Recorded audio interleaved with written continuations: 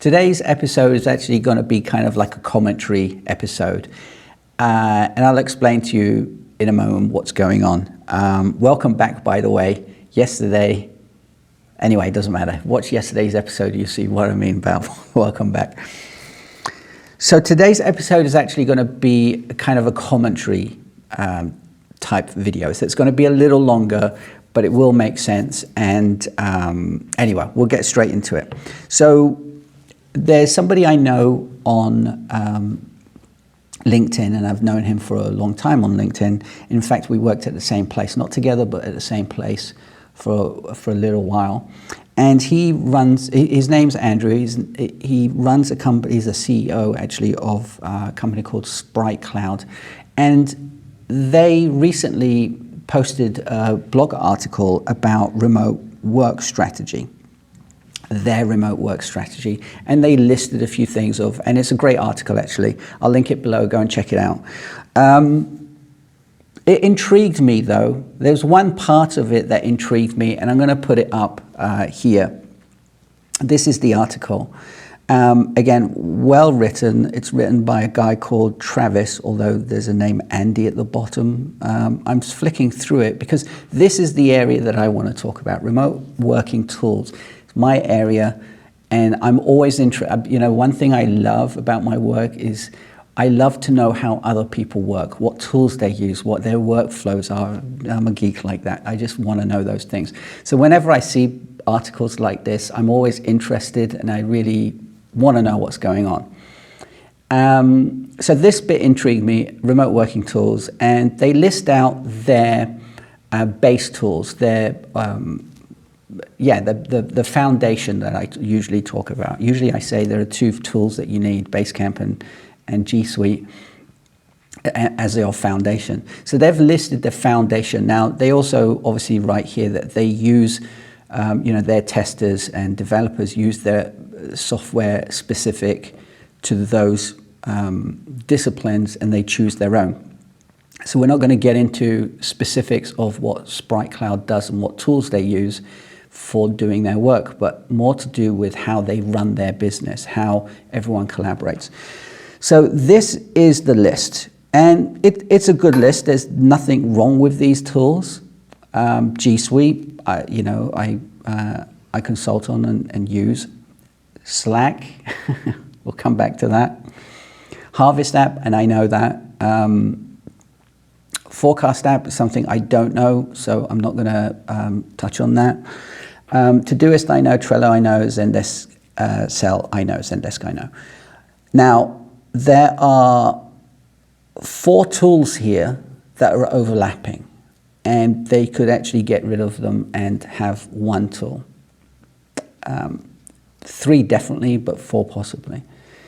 The 5th tool, which is the Harvest app, again, I don't know the exact ins and outs of their business, and I don't know how they run their business, why they time track.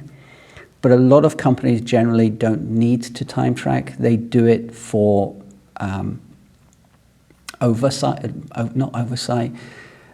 administrative purposes, not necessarily anything else. Some companies do it because they're obviously working for clients externally, and they need to write down the amount of time, like lawyers basically, they write down, even though lawyers charge a lot more probably.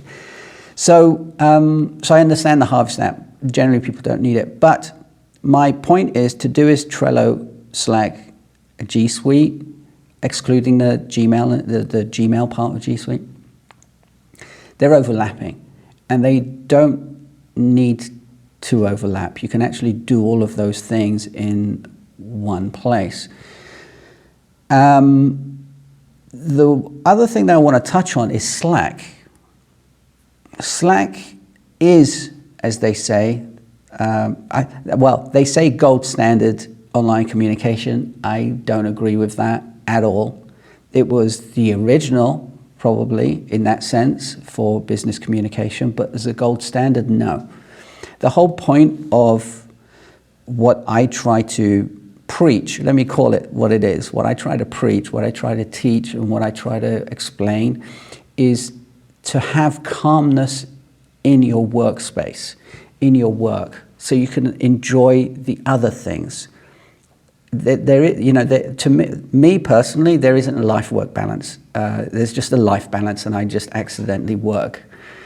I understand that companies need to have, this is work and this is personal. I understand that. But you don't have to make it difficult for people to do their work. And Slack is one of those things. Yeah, of course, you can turn it off and switch it off. But when someone sends you a Slack message, the intention is, I want to know the answer now. It's not, here it is, look at it later, and answer me when you can. It's, this is a message, tell me what you know, I need to know now. And the thing with Slack is that it's not, I'm in a couple of Slack groups. I don't use it for work, it's just groups that I'm involved in, mastermind group and stuff like that. And it's a pain in the ass. Because a lot of people talk, and I don't know what's going on. You have to reread everything. And yes, they did bring back they brought in threading, I should say, not bring back, they never had it. But they brought in threading a little while ago, and it helps, but it doesn't help in the overall scheme of things. So, communicating in business with your colleagues, Slack, it is more like what you want on your sandwich, or we're going out to dinner, who wants to come, or very quick announcements. But even that is a pain in the butt. So Slack, Todoist, Trello, and a lot of the G Suite stuff can be kind of, honed into one product. Product that I know is Basecamp, and I'm going to keep talking about Basecamp because I love that app, and it's just so insanely simple to use, and it gives you a calm way of working. So I keep looking down at this. Sorry, I'm going to put this down for a moment. So the point is to actually have calmness at work. You don't want to be disrupted and disturbed while you're working. So if these developers who are working probably remotely for SpriteCloud, they want to focus and concentrate on work.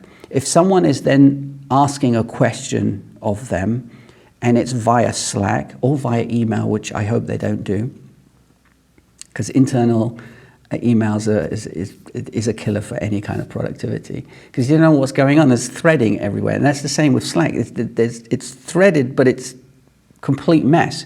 So when someone sends them a message via Slack, their thought is, or their perception is, it's in Slack, they're going to see it, and I want a reply, and I want the reply now. That doesn't bring any kind of calmness to a workspace, to the person who's supposed to be getting that message. You want to leave people to do their work and have a culture in the business where everything is in one place, so you don't have to say, go to this folder, in this folder, over it in that drive, and that's where it is, right? But that's where all the files are, but what's the context of that file? What does it belong to? Where is it? Now, a lot of people, and I used to do it, and what they do is have folders with client names on it, and I still do that to a certain degree. But that's more for an archive. That's how I do it. But they will have active folders for clients. So they will write down an email, go to this folder, here it is, and there's the Google Doc.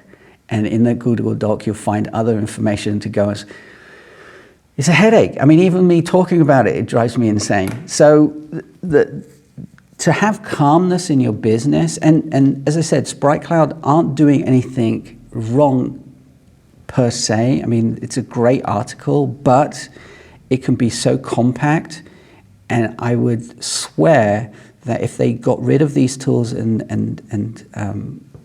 kind of compressed them into one tool and different kind of communication within their business, they'll be more productive, because they're not, again, the whole thing of tech minimalism, stop fighting with your tools. You just want to sit, work, and go away and do your own thing.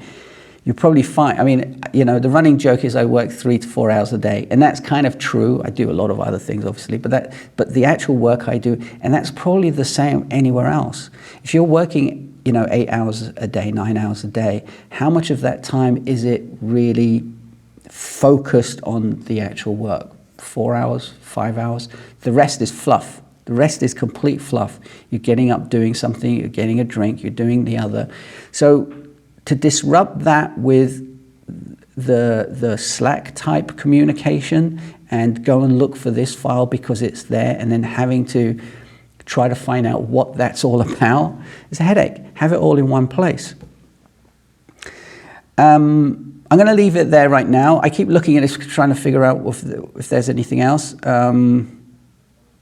No, I mean, that's basically it. CRM, again, I prefer different CRM, but you know, they're using Zendesk and it's fine. But really Slack is the main thing. Todoist, Trello, and parts of G Suite can be compressed and condensed into one.